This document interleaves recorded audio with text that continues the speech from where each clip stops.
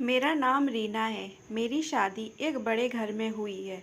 मेरे पति राजीव की फैमिली का अच्छा बिजनेस है। राजीव इकलौते हैं। सास ससुर में और राजीव, हम 4 लोगों का ही परिवार है। राजीव और पापा जी सारा बिजनेस संभालते हैं, इसलिए काम से वापस आने का कोई समय नहीं होता है। राजीव अब एक नया काम शुरू करने वाले हैं, नई जगह पर। वहाँ पर हमारा एक फार्म हाउस भी है, इसलिए हम दोनों कुछ दिन वहीं जाकर रहेंगे। फार्म हाउस में समय बिताने के साथ राजीव अपना काम भी करते रहेंगे। सुबह जल्द ही हम लोग फार्म हाउस में पहुंच गए। फार्म हाउस की देख रेख के लिए एक नौकर था। वो वहीं पास के एक रूम में रहता था। हम जैसे ही पहुंचे, दूर से किशोर दौड़ता आया। हमारी कार के पास आकर उसने ही कार का दरवाज़ा खोला। नमस्ते मालकिन, हंसते हुए उसने बोला। राजीव ने कहा, यह किशोर है, हमारे फार्म की देखभाल करता है। मैं अंदर जाके बैठी। थोड़ी देर बाद राजीव अपने काम में बिजी हो गए। उन्होंने किशोर को कहा कि मैडम को फार्म दिखा दो। किशोर बोला, ठीक है साहब। वो मुझे फार्म दिखाने ले गया। फार्म में हम घूम रहे थे, तब गेट के बाहर से एक लगभग 6-7 साल की लड़की ने किशोर को आवाज़ लगाई। वह स्कूल से वापस जा रही थी। किशोर बोला, मैडम मैं आता हूँ। वो गेट पर खड़ा उस लड़की से बात करने लगा। मेरी नज़र पड़ी तो वो लड़की मेरी ही तरफ देखे जा रही थी। फिर वापस आकर बोला, मैडम आप आराम करिए, मैं आता हूँ। ऐसा बोलकर वो चला गया। अगले दिन सुबह फिर राजीव अपने काम से जल्दी चले गए। मैं सुबह सोकर उठी। मेरे उठते ही मुझे दरवाजे पर किशोर दिखाई दिया। मैंने पूछा, क्या कर रहे हो यहाँ पर? बोला, मैडम अभी आया हूँ चाय लेकर। मैंने बोला, ठीक है, यहाँ टेबल पर रख कर चले जाओ। मैं नहाकर किचन में गई। किशोर वहीं था, अपना कुछ काम कर रहा था। फिर वो मुझसे बातें करने लगा। मैं उस तरह की लड़की नहीं हूँ कि कोई एकदम से मुझसे बात करे और मैं भी उससे करने लगूं। इसलिए मैंने उसकी बातों पर कोई जवाब नहीं दिया। यहाँ का पुराना नौकर था, इसलिए मैं उसकी बातें पर कोई जवाब नहीं दिया। इसलिए मैं उसकी बातें सुन भी रही थी। अगर ऐसा नहीं होता तो शायद मैं उसे डांट देती। अभी मुझे यहाँ आए 2-3 दिन हो गए थे। मैंने यह नोटिस किया कि वो मुझसे बात करने की कोशिश लगातार करता ही रहता था। एक दोपहर में कमरे में मैं अकेली बैठी थी। अचानक से किशोर कमरे में आता है, बोलता है, मैडम मुझे कुछ पूछना है। मैंने बोला, क्या? बोला, मैडम आप बुरा मत मानना। मैंने बोला, पूछो। बोला, मैडम मैं आपकी एक फ़ोटो ले सकता हूँ? मेरे मुंह से निकला, क्या? बाहर निकलो। अभी कमरे से किशोर बोला, मैडम आप गलत समझ रहे हो, मेरी बात तो सुनिए। मुझे पता नहीं क्यों गुस्सा आ गया। मैंने बोला, बाहर निकलो या अभी तुम्हारे साहब को फ़ोन करूँ।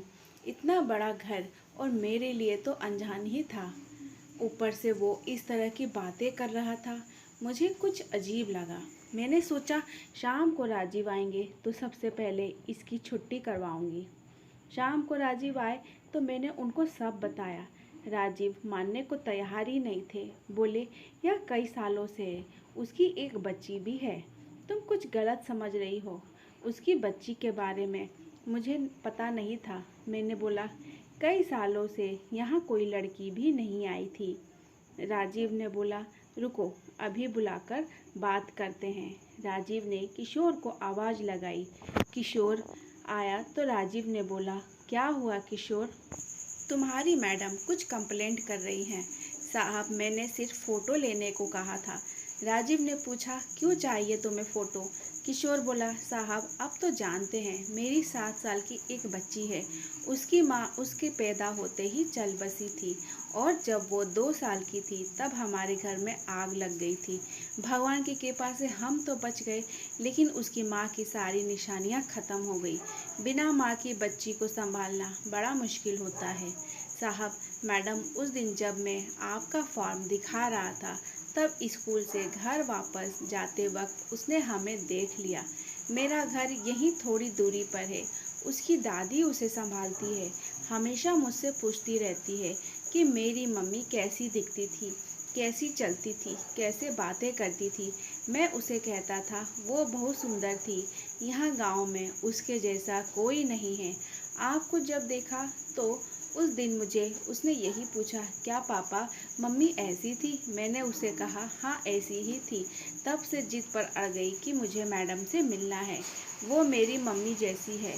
स्कूल नहीं जा रही, मैं इसलिए आपसे बातें कर रहा था कि आपको यह सब बात बता सकूं। लेकिन आपका स्वभाव अलग है। फिर उसने आज सुबह से कुछ खाया नहीं, बोल रही है फ़ोटो लाना। मैं मेरे स्कूल वाले दोस्तों को दिखाऊंगी कि मेरी मम्मी ऐसी थी। तो मैंने बोला कि मैं तुझे फ़ोटो लेकर दिखा दूंगा। वो बोली पक्के से लाना। इतना कहकर किशोर फूट फूट कर रोने लगा। रोते हुए ही बोला, बच्ची है मैडम, उसका नसीब ऐसा है। पैदा होते ही माँ मर गई और बाप मुझ जैसा मिला। मैडम, हम साहब से कुछ भी बोल देते थे। साहब का कभी मुझे डर नहीं लगा। यही आदत मुझे पड़ गई और मैंने आपको भी अपना समझकर बोल दिया। आप मुझे बताने देती तो मैं आपको बता भी देता। किशोर की बात सुनकर मुझे अपने आप पर गुस्सा आया। राजीव ने किशोर को चुप कराया और कहा कि बच्ची को वहाँ क्यों रखते हो, उसे यहीं रखो। इतना बड़ा फार्म हाउस है, कल बच्ची को लेकर आओ। सुबह वो बच्ची को लेकर आया। बच्ची को दूर से ही मुझे दिखा रहा था, शायद अब भी झिझक रहा था। मैं खुद बच्ची के पास गई, बोला, अरे तुम, हम यहाँ 4 दिन से हैं और आप अब आ रही हैं। मेरा ऐसे कहने पर बच्ची के चेहरे पर जो मुस्कान आई वो अनमोल थी। वो मुझसे लिपट गई। जब तक मैं वहाँ रही मैं उसके साथ खेलती और हंसती रही। एक अलग खुशी मिल रही थी। अब वो एक वजह बन गई थी मेरे वहाँ बार बार जाने की।